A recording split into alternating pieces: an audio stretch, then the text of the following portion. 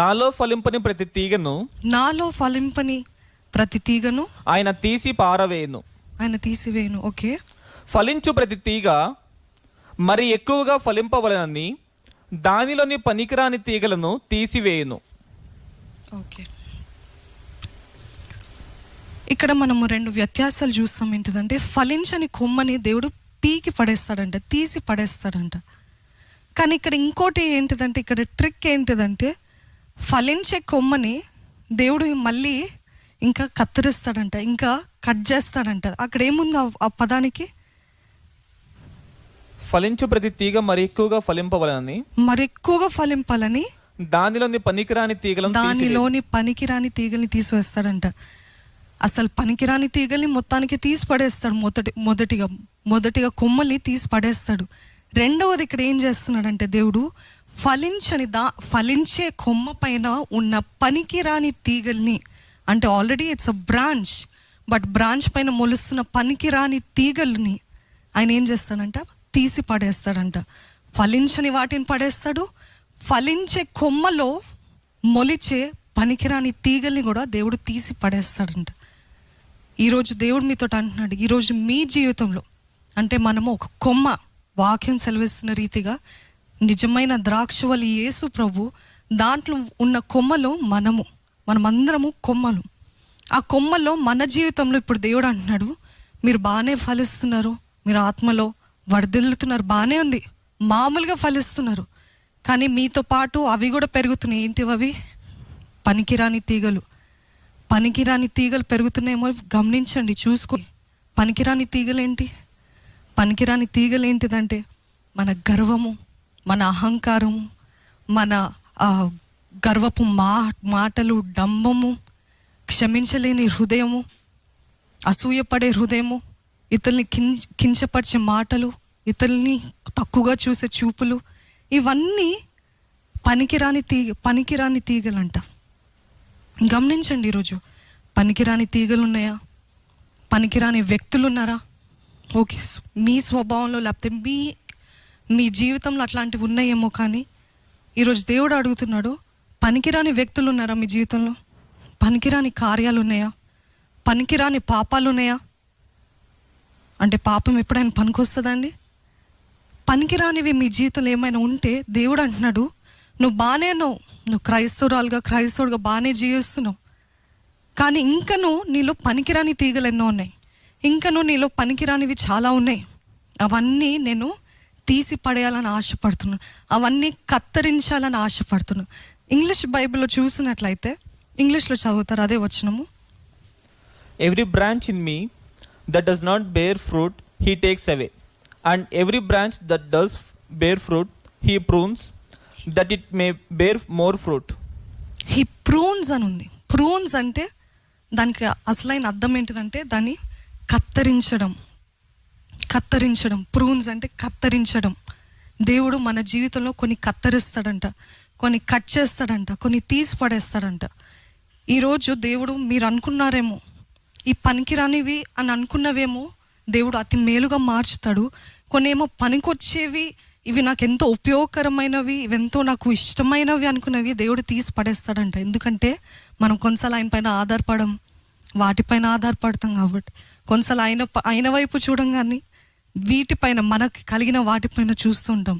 దేవుడు అంటున్నాడు, పనికిరాని వ్యక్తుల్ని, పనికిరాని కార్యాలని, పనికిరాని ప్రతిదీ నేను తీసివేస్తాను. కొన్నిసార్లు మనం అనుకుంటాం, మనకు అతి సన్నిహితులైన వారే మనకి పనికొచ్చేవాళ్ళు, లేకపోతే నాకు వీళ్ళు కావాలి, వాళ్ళు కావాలంటే దేవుడు అందరినీ కట్ చేసి తీసివేస్తాడంట. అందరినీ మెల్లమెల్లగా తీసివేస్తాడంట, అందరినీ మెల్లమెల్లగా గెంటి వేస్తాడంట. అప్పుడు మనకి కన్ఫ్యూజన్, డిసప్పాయింట్మెంట్, ఏం జరుగుతుంది, ఎందుకు దేవుడు ఈ వ్యక్తిని తీసివేశాడు, అసలు ఏం చేస్తున్నాడు దేవుడు, ఈ నొప్పి ఏంటి, ఈ బాధ ఏంటి, వీళ్ళని ఎందుకు తీసివేశాడు నా జీవితంలో, ఇది ఎందుకు జరగట్లేదు, ఈ ఉద్యోగం ఎందుకు రావట్లేదు, ఈ పనులు ఎందుకు జరగట్లేదు, అన్నీ ఆగిపోయినాయా, అన్నీ తీసివేయబడుతున్నాయా అంటే దేవుడు అంటున్నాడు, నేనే తీసివేస్తున్నా. ఎందుకంటే నేను ఇంకను ఫలించే రీతిగా చేయాలని, నేను ఇంకను అభివృద్ధి పరచాలని నేనే తీసివేస్తున్నా అంటున్నాడు దేవుడు. అందుకనే మన జీవితంలో కొన్నిసార్లు డిసప్పాయింట్మెంట్, కన్ఫ్యూజన్, డిస్కరేజ్మెంట్ దేవుడే ఇచ్చాడు కదండి, మరి దేవుడు ఎందుకు తీసివేస్తున్నాడు అంటే, అదే మీ దృష్టి మారిందేమో.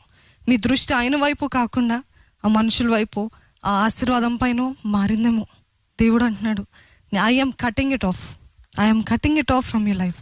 అది దేవుడికి ఇష్టం లేని సంబంధాలు కానీ, దేవుడికి ఇష్టం లేని వ్యక్తులు కానివ్వండి, దేవుడికి ఇష్టం లేదు ఏదైనా దేవుడు కట్ చేసి పెట్టేస్తాడంట.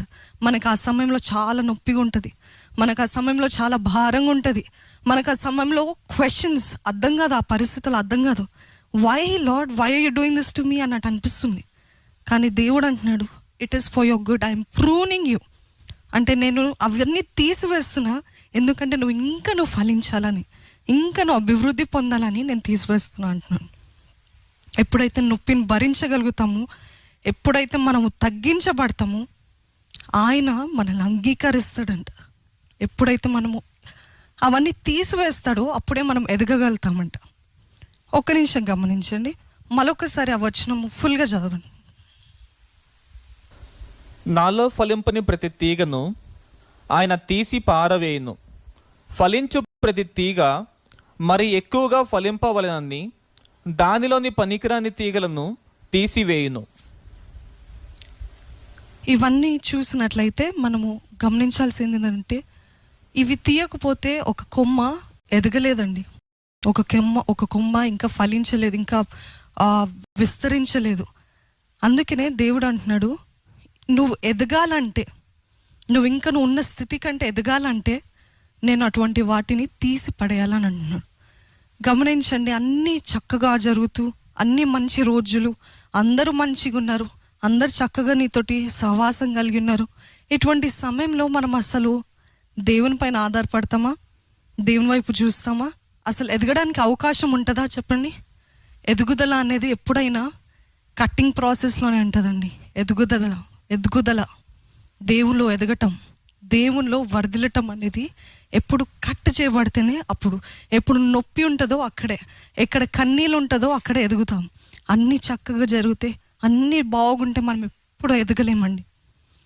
చక్కగా ఉండి అంత సర్కమ్స్టాన్సెస్ అన్ని స్మూత్గా వెళ్తూ ఉంటే అసలు మనకు ఎదగడానికి అవకాశం ఉండదు అక్కడ. దేవుడు అంటున్నాడు, నువ్వు ఎదగాలంటే నేను కట్ చేయాలి, నువ్వు ఎదగాలంటే నీలోనదన్నీ పీకి పడేసేయాలి. కొన్నిసార్లు అవి మంచిగా అనుకుంటాం, కానీ దేవుడు అంటున్నాడు అవి కూడా నేను తీసి పడేస్తాను. ఎందుకంటే నువ్వు అవి ఉంటే ఎదగవు, అవి చూసే నువ్వు సాటిస్ఫై అయిపోతావు, అవి చూసే నువ్వు తృప్తి పొందుతావు. ఇంత చాలే, ఈ లెవెల్ చాలే, ఇంతవరకు ఓకేలే అని అనుకుంటావు. కానీ దేవుడు అంటున్నాడు, ఎదగాలంటే తీసి పడేయాలి, ఎదగాలంటే నువ్వు కష్టంలోకి నడవాలి, ఎదగాలంటే నీకు కన్నీళ్ళు విడవాలి, కష్టం తెలియాలి, కష్టంలో జీవించాలి. ఇవన్నీ జరుగుతాయి కానీ నువ్వు ఎదగవు. ఫలించడంలో ఇంకోటి ఏంటిదంటే ఎదగాలి. God wants us to grow, God wants us to flourish, God wants us to prosper. ఇక్కడ చూడండి, సామెతలు 13:24 వచనము. బెత్తము వాడని వాడు తన కుమారునికి విరోధి, కుమారుని ప్రేమించువాడు వారిని శిక్షించును. కుమారుని ప్రేమించేవాడు తనని శిక్షించును. ఒక తల్లిదండ్రులు, అంటే ఇప్పుడు నేను తల్లి అయ్యాను కాబట్టి నాకు తెలుసు, బిడ్డ ఏది చేసినా ఒప్పుకునే తల్లిదండ్రులు ఉంటారండి, ఉన్నారేమో. ఒకవేళ మీరు అట్లున్నారేమో, పర్లేదులే, ఏం కాదులే నేర్చుకుంటాడులే అని అన్నాం అనుకోండి, అది పెద్దగా అయిన తర్వాత కూడా అది అలవాటే అయిపోతుంది.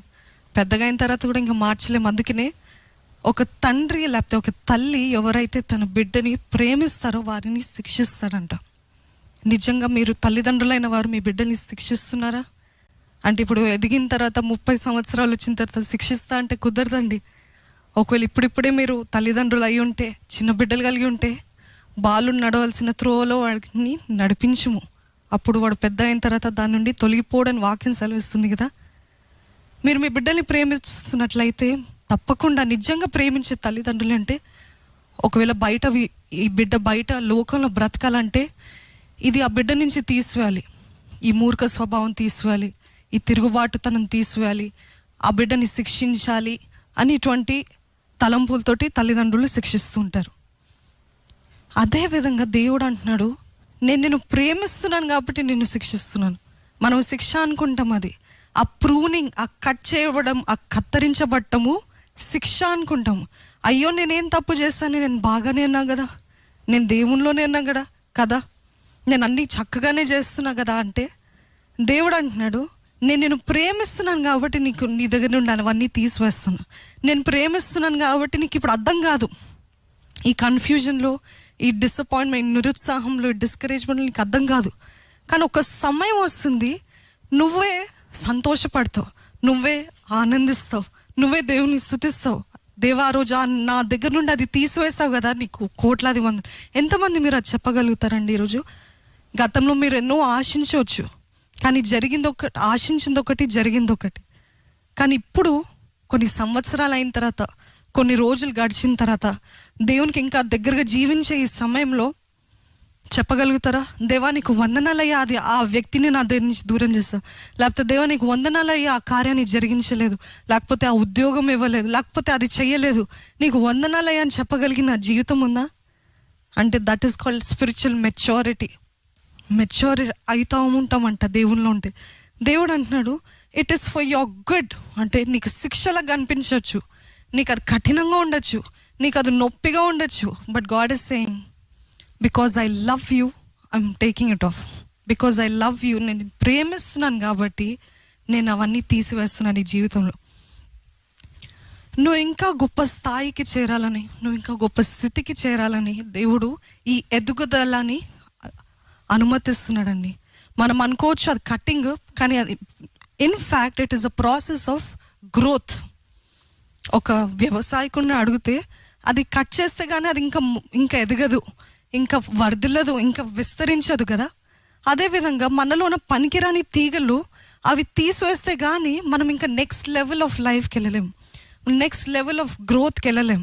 ఇంత మటుకు చాలు దేవా అని అంటే దేవుడు, God does not intend us to stay small, to stay at the bottom.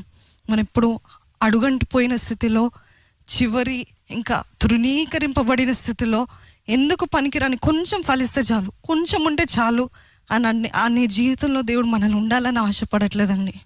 ఎప్పుడు వర్ధిల్లే జీవితం. అందుకనే మనకి కష్టాలు, పోరాటాలు ఇవన్నీ ఎందుకంటే దేవుడు అవన్నీ కట్ చేస్తున్నాడు, దేవుడు అవన్నీ కత్తరిస్తున్నాడు. ఆ కత్తరించడమే మనకు పోరాటంలో ఉంటుంది. ఆ తీసివేయడమే, ఆ process of taking away is very hard for us to digest. అది మీ డబ్బు కావచ్చు, అది మీ ఆరోగ్యం కావచ్చు, లేకపోతే ఆరోగ్యం కూడా పనికిరాని తీగన అనొచ్చేమో, కానీ ఆ సమయంలో దేవుని పైన ఆధారపడతారేమో అని, ఆ సమయంలో దేవుని పైన ఆశ కలిగి ఉంటారేమో అని, ఆ సమయంలో దేనికి దగ్గరగా చేర్చబడతారేమో అనే ఆశతోటి దేవుడు కొన్నిసార్లు అటువంటివి అనుమతిస్తాడంట. అదే ఇందాక చెప్పిన రీతిగా అన్నీ మంచిగా ఉంటే, అన్నీ బాగా జరిగితే మనం ఎప్పుడు దేవుని పైన ఆధారపడం కదండి. దేవుని పైన ఆధారపడాలంటే కొన్ని రేపుతాడు దేవుడు, కొన్ని చెదరగొడతాడు, కొన్ని తీసివేస్తాడు, కొన్ని కత్తరిస్తాడు.